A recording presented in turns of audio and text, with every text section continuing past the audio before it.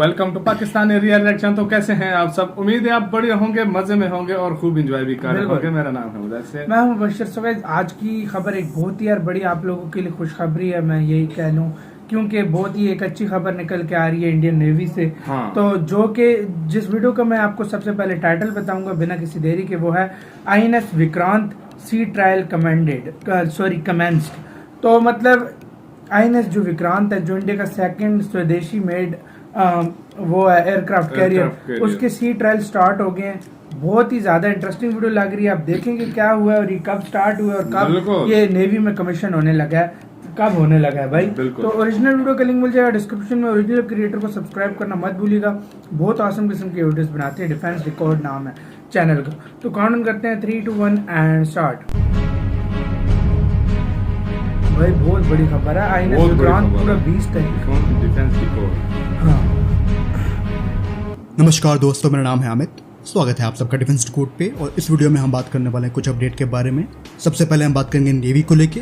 हम सभी जानते हैं कि नेवी के लिए जो पहला इंडिजिनस एयरक्राफ्ट कैरियर है यानी कि ISC-1 विक्रांत, उसको बनाया जा रहा था, जिसने अभी हाल ही में लास्ट ईयर जो अपने बेसिक ट्रायल्स है वो कंप्लीट किए थे।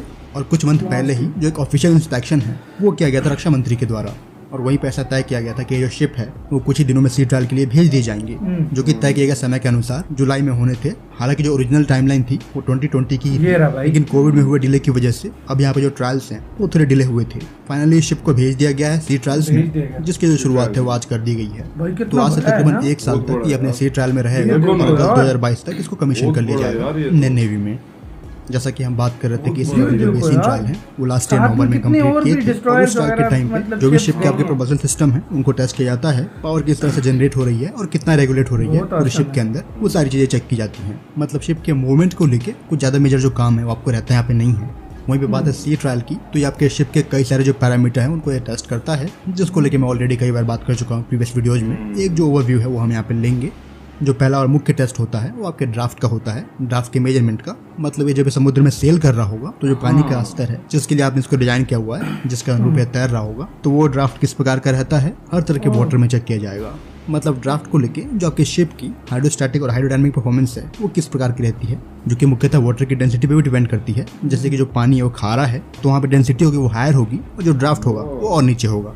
तो वैसे पानी में कैसे सेल करना है वो चीज वहाँ पे मेजर की जाएगी और वहाँ पे वो भी देखा जाएगा कि एक रिक्वायर्ड ड्राफ्ट के लेवल पे जो आपकी स्पीड है वो कैसी रहती है वेरियस तरह के डेंसिटी के पानी में। तो ये जो आपका मुख्य टेस्ट है ड्राफ्ट टेस्ट, इसी ट्रायल में किए जाएंगे।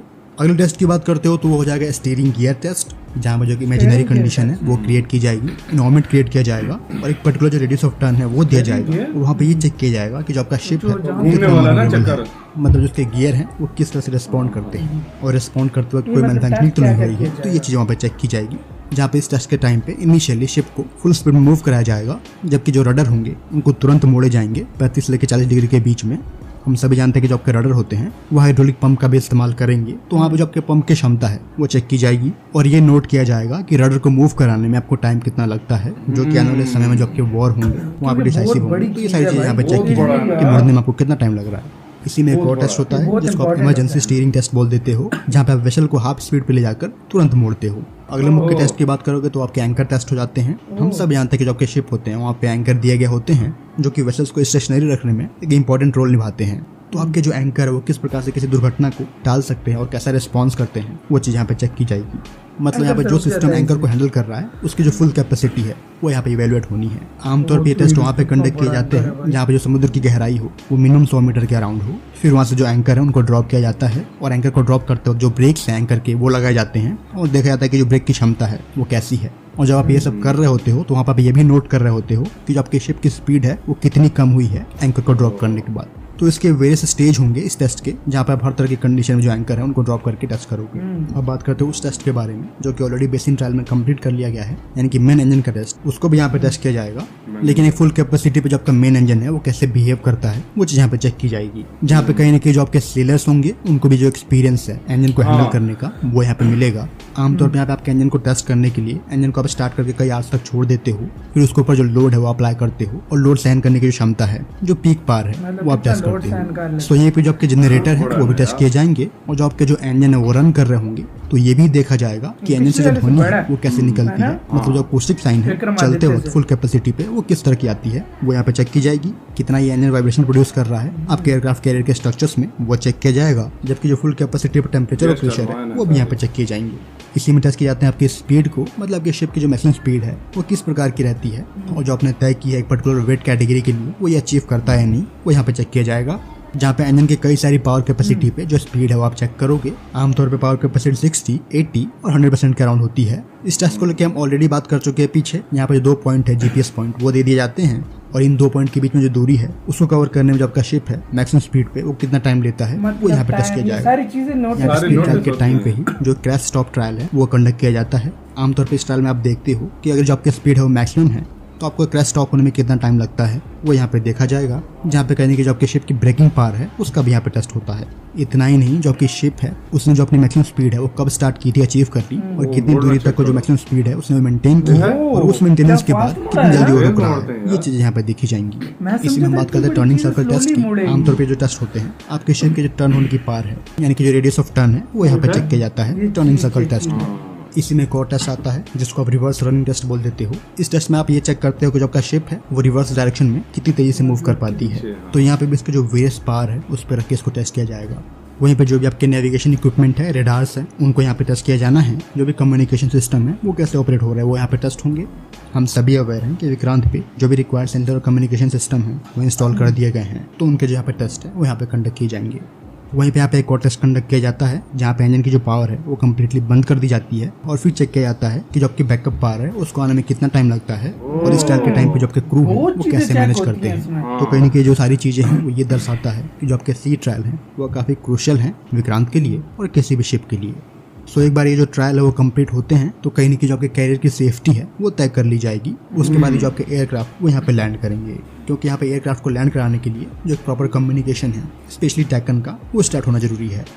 सो फाइनली आईएनएस विक्रांत के जो ट्रायल्स हैं वो शुरू कर दिए गए हैं आज और अगस्त 2022 तक इसको नेवी में कमीशन कर लिया जाएगा। फिलहाल इस वीडियो में इतना ही। साल लगेगा ये ट्रायल्स का पूरा साल लगता है भाई, पूरा साल। और देखा जाए तो ये जिस तरीका का वो है, क्योंकि इसमें कोई रिस्क नहीं ले सकते।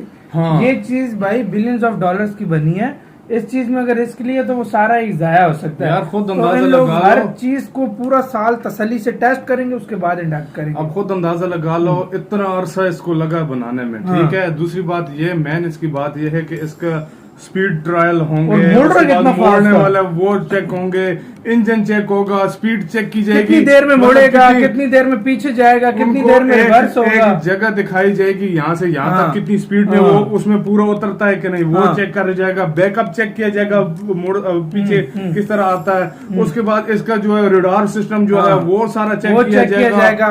उसके बाद एंकर चेक किया जाएगा, उसके बाद एयरक्राफ्ट चेक किए जाएंगे जिस तरह लैंड वो होता है लास्ट पे, वो लास्ट उसके बाद मतलब उससे पहले इंजन को फुल बंद करके बैकअप जो है उसकी एनर्जी चलाया जाएगा। कितना टाइम होता है यार, बहुत काम होते हैं यार। मैं कहता हूँ ट्रायल्स में बहुत टाइम लगता है, वाकई किसी ने सही बोला है। हाँ। और हर चीज जब ओके होगी उसके कोई बाद चीज देखो, जब भी चीज आप किसी ये इसको इंडक्ट करते हैं, जो भी करते हैं, हमेशा उसको फुल चेकिंग करके, ताकि देखो चेकिंग में साल ये तो मामूली बात है, लगता है रिस्क नहीं लेना चाहिए किसी। जहाँ 9 साल बनाने में किसी चीज में लगे हैं और 1 साल चेक ना करो तो वो बेवकूफी है, बेवकूफी है। और इतना पैसा लगा हुआ है, हर चीज को इसकी चेक किया और जाएगा, ये हर चीज को। यार गाइस कमेंट सेक्शन में बताना इसकी कुल लागत कितनी आई है, मतलब ये कितने का बना है और कितने साल में बना है, कितने साल में बना है, ये कमेंट सेक्शन में बताना। और मैं कुछ कह रहा था, माइंड में निकल गया एकदम भाई। मैं कुछ चाह रहा था। हाँ, ये इसके आने के बाद कितना पावरफुल हो जाएगी इंडियन नेवी। हाँ, और एक बात ये तो हो जाएगी ना पावरफुल, ये तो इतनी पावरफुल हो जाएगी। दूसरा आ जाएगा, तीसरा मतलब। और मैं कह रहा था, हाँ वो बात मुझे ओरिजिनल अब याद आई है कि वो जिस वक्त का जो विक्रमादित्य जो इंडिया का पुराना जो एयरक्राफ्ट कैरियर, ये उससे बड़ा या छोटा है, ये मैं कमेंट सेक्शन में लाजमी बताना। बड़ा लग रहा है यार, बहुत बड़ा था, मुझे तो बड़ा लग रहा है उससे। सो गाइस आप लोगों का क्या कहना है, ये हमें हमारे कुछ क्वेश्चंस है वो जो जिसको पता हो तो आप हमें कमेंट सेक्शन में बताइएगा। और इन भाई का चैनल लाजमी सब्सक्राइब करना, बहुत ऑसम वीडियो बनाई है। तो इधर वीडियो खत्म करते हैं, अपना बहुत ज्यादा ख्याल रखना, बाय।